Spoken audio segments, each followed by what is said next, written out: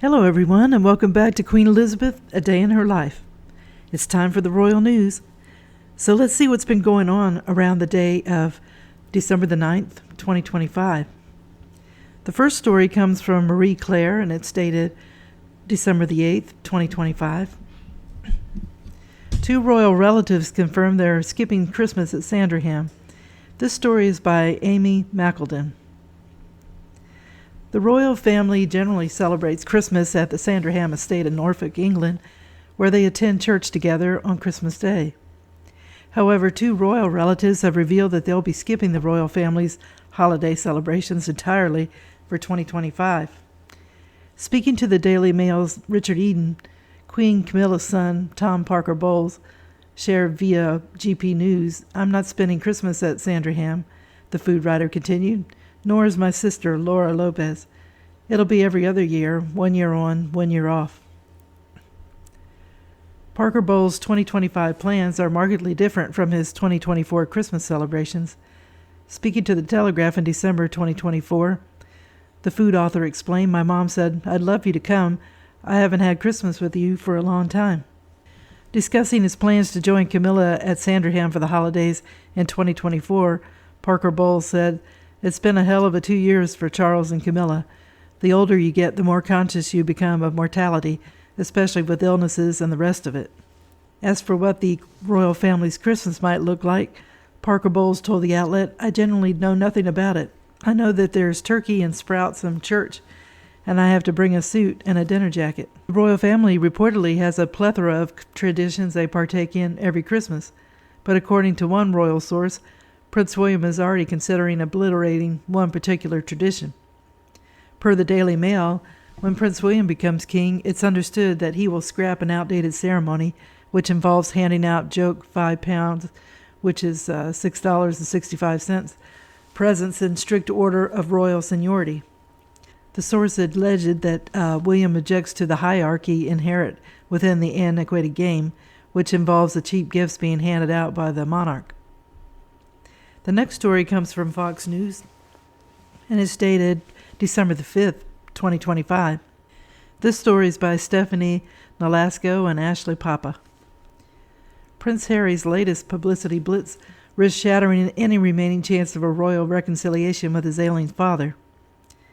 The claim was made by several royal experts who spoke to the Fox News Digital after the Duke of Sussex joked that President Donald Trump is America's king during a cameo appearance on The Late Show with Stephen Colbert.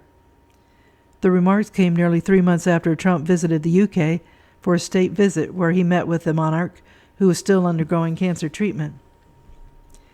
Harry's jab at President Trump on Colbert wasn't clever, it was reckless, Kinsey Schofield, host of YouTube's Kinsey Schofield Unfiltered, told Fox News Digital.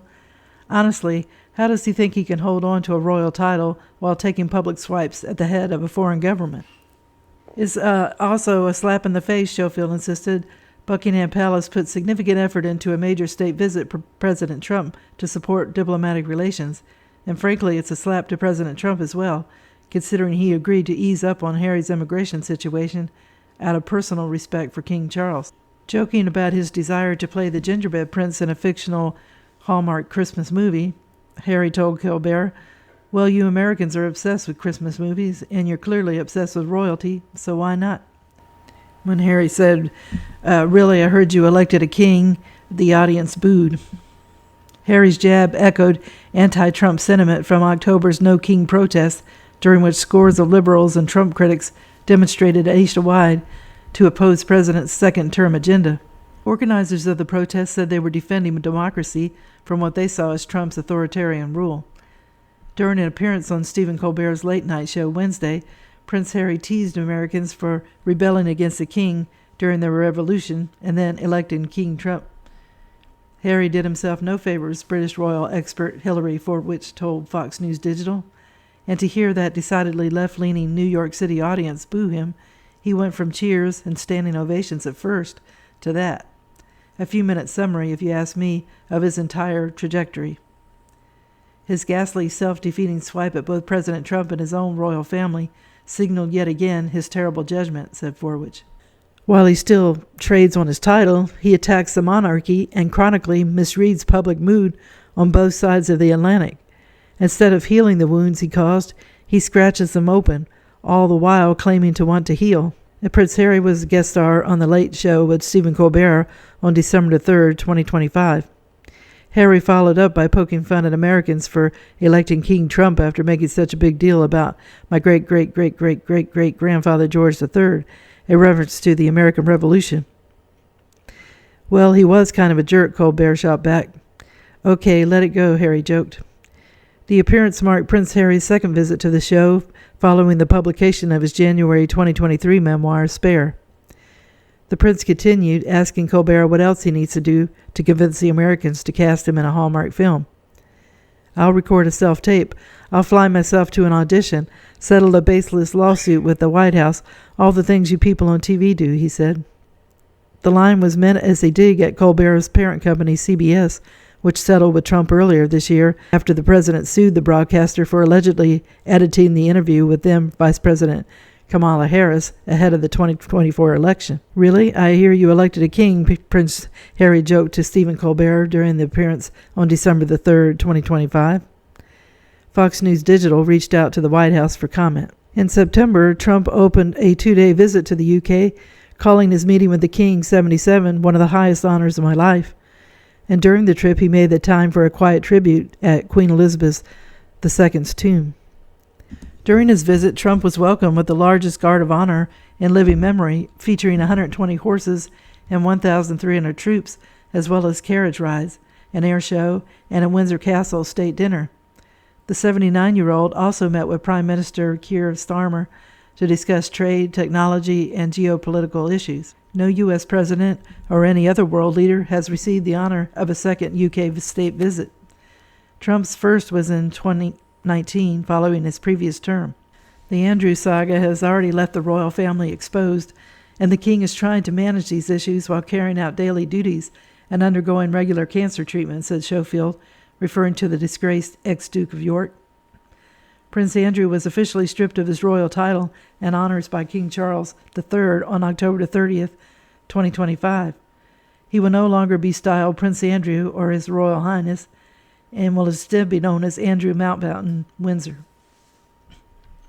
For Harry to stir up more controversy connected to the family only accelerates internal discussions about removing his titles, Schofield exclaimed. If anything, this moment underscores that there is no path back for Harry. For those insisting he could still be a valuable asset, he just proved what a liability he is. Schofield noted that before Kate Middleton announced her cancer diagnosis in March 2024, Colbert jokingly linked her absence from public life to rumors of an alleged affair between her husband, Prince William, and Rose Hanbury, the Marchioness of Cholmondeley. Colbert later expressed remorse for their jokes after Kate's diagnosis became public, Vanity Fair reported. This was one of the hardest years of William's life, and he acknowledged that publicly, Schofield said. Colbert's nasty monologue deeply upset both the prince and princess, who were already under immense pressure as they quietly navigated Catherine's cancer diagnosis while trying to protect their children from fear or confusion. The Duke and Duchess of Sussex stepped back as senior royals in 2020. They moved to California.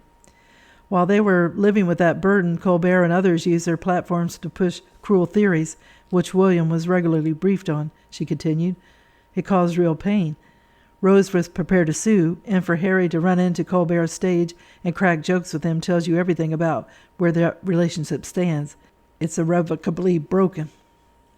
The outlet reported that Hanbury's lawyers sent a legal notice to CBS stating the allegations were false. Harry has been estranged from his family since 2020, when he and his wife Meghan Markle stepped back as senior royals. They said the decision was driven by unbearable press intrusion and a lack of palace support. After moving to California, they aired their grievances in interviews and documentaries. Harry's 2023 memoir, Spare, further worsened his relationship with the royal family. Harry met with his father before Trump's state visit, sparking hope among royal watchers of a reconciliation between father and son. Sources previously told People magazine that the king wasn't responding to Harry's calls or letters. Not everyone believes Harry's late-night appearance was catastrophic. It was clunky, but not cancerous, Doug Eldridge, founder of Achilles PR, told Fox News Digital. Objectively speaking, it was pretty benign, and that was about visibility. As I've often said, Hollywood isn't about talent, it's about temperature. Visibility and popularity provide the match to light the fire in the first place. He might not have done well, but he still knew what he was doing. But for some, the wounds have been already inflicted. After such a successful state visit where his father hosted President Trump to bolster U.S.-UK ties, Harry is doing precisely what he shouldn't, inserting himself into partisan politics, contrary to all traditional royal neutrality, said Forwich. While we won't have any public response from the royals at this point, past patterns indicate how this will have been received. I guess Harry and Colbert have a lot in common, like the unemployment line, Schofield quipped. And our last story comes from Fox News, and it's dated December the 4th. Andrew demands new 6-bedroom home with full staff after being forced out of Royal Lodge. This story is by Stephanie Lalasco and Ashley Papa. Ex-Prince Andrew is said to be making outrageously bold demands for his new home despite being stripped of his royal titles. The former Duke of York and his ex-wife Sarah Ferguson are currently moving out of their palatial Royal Lodge home. Andrew was forced to surrender his lease amid the uproar over the 65-year-old's ties to the late sex offender Jeffrey Epstein. Andrew is said to be at loggerheads with his brother King Charles, British broadcaster and photographer Helena Shard claimed to Fox News Digital. Andrew feels he has played ball, doing everything asked of him surrounding Royal Lodge. We hear he is reeling and wants to be treated fairly, especially as he is giving up the perfectly valid lease on his beloved Royal Lodge. Andrew feels frustrated, having been pushed into downgrading his accommodation, and is allegedly now demanding a suitable 6 or 7 bedroom house on the Sandringham estate, said Chard. He feels he is entitled to all the staff he is accustomed to, including a cook, housekeeper, gardener, driver, and police security. He may now be viewed as a commoner, but he has never lived like one, Chard continued. If left to his own devices, I imagine he wouldn't know how to look after himself. It's probably easier for King Charles to privately pay for his brother to be looked after at this point, monitoring his whereabouts and preventing Andrew from causing further possible havoc. Chard's remarks came after the Mirror reported that Andrew is negotiating hard over his new home. The outlet said Andrew wants to ensure he has enough staff to cater to his needs, including a cook, housekeeper, gardeners, and a butler. Fox News Digital reached out to Buckingham Palace for comment. A spokesperson previously said they do not comment on Andrew as he is no longer a working royal. Remember, Andrew's titles were not pulled because he was found legally guilty of a crime, but because of the continued accusations against him that distract from the work of His Majesty and the royal family, as he wrote in a statement published by Buckingham Palace in early October. Royal commentator Meredith Constant pointed out to the Fox News Digital. He feels entitled because he was born entitled, Constant said. Andrew sees himself as a victim. I maintained from the beginning of Charles's reign that he and Prince William were not in lockstep, despite write-ups in the UK press. Andrew is one of the issues that father and son do not agree on. William is anxious to get this settled before his eventual reign. He sees how Andrew is casting a shadow over his father's reign, and he doesn't want that baggage when he's crowned. They operate at different speeds, but in this situation with someone like Andrew letting it drag on like this leaves the institution looking positively ancient and cumbersome, not the agile monarchy that can modernize with the times, Constant added. British royals expert Hilary Forwich claimed to Fox News Digital that Andrew, who was known as the late Queen's favorite son, is desperate to take whatever he can get, despite of his ongoing downfall. This is all about Andrew doing his utmost in a desperate attempt to salvage as much of his former privilege as possible before he's outed from the Royal Lodge, said Forwich. He's fighting a losing battle to protect his dignity and his daughter's status as princesses, but his digging is rather embarrassing, achieving the opposite. It further demonstrates how entitled and tone-deaf he is towards public perception, damaging the monarchy overall. It's why Prince William is livid. To leave, Andrew is making audacious demands, particularly giving ubiquitous public anger about his conduct, Forwich shared. He wants a vast settlement estimated to be about £75 million or $99 million, a vast home in Sandringham of about 6 or 7 bedrooms, complete with police protection, supported by an extensive staff. King Charles is frustrated as he wants Andrew out of Royal Lodge to reduce the ghastly optics of such a disgraced brother still living the high life in one of the Crown's finest homes. People magazine reported that Andrew and Sarah have been given a move-out date of January 31st. A source told the outlet that Sarah is searching for a new home nearby, which will keep the 66-year-old close to her daughters in London, about a 45-minute drive away. She is looking for a place in Windsor, the insider claimed. Princess Beatrice splits her time between a private apartment at St. James's and a farmhouse at Cotswold. Princess Eugenie divides her time between the Ivy Cottage on the grounds of Kensington Palace and Portugal. Another source told the outlet that the author plans to move forward independently and hasn't asked for property or special provisions. The insider denied reports that Sarah will be moving into a converted barn on Beatrice's property or joining Eugenie in Portugal.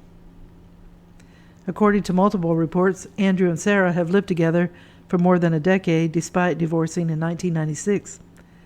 Meanwhile, Andrew, 65, is relocating to a property on the King Sandringham estate in Norfolk that's just under a 3-hour drive from Windsor. Fox News Digital reached out to a representative for Sarah Ferguson for comment. The Mirror pointed out that Andrew's lease on Royal Lodge was for 75 years. Since the king couldn't force his brother out, the disgraced royal had to agree to leave on his own accord. Despite his fall from grace over the years, Andrew has consistently denied any wrongdoing in connection with Epstein and has not been charged with alleged offenses, said Chard. I believe his thinking is his royal titles have been stripped from him, he's lost everything, and may as well go for it, as he has nothing to lose.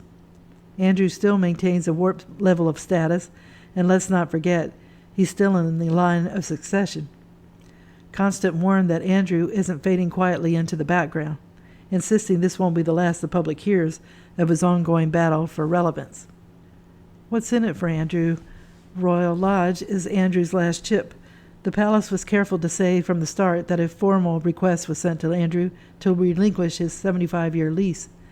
They also never provided a timeline. I heard from the beginning that this was going to stretch into the new year. Andrew's going to want what in his mind is proper compensation, whether that's more money or housekeepers. So I will end the video here. Well, I hope you enjoyed the video, and if you haven't subscribed, if you could do so, it would help the channel to grow, as well as giving it a thumbs up. It's all a great help. And if you haven't clicked on the notification bell, if you could do that, it lets you know when a video is posted. I would like to wish everyone a good day. Also, if you happen to see a search button below the video, if you could click on it, it will get the video out to even more people. And I thank you to all the subscribers. Thank you to all the subscribers who have joined my channel. I really appreciate it. And tune in again soon for Queen Elizabeth, A Day in Her Life, the Royal News. Thank you. Bye.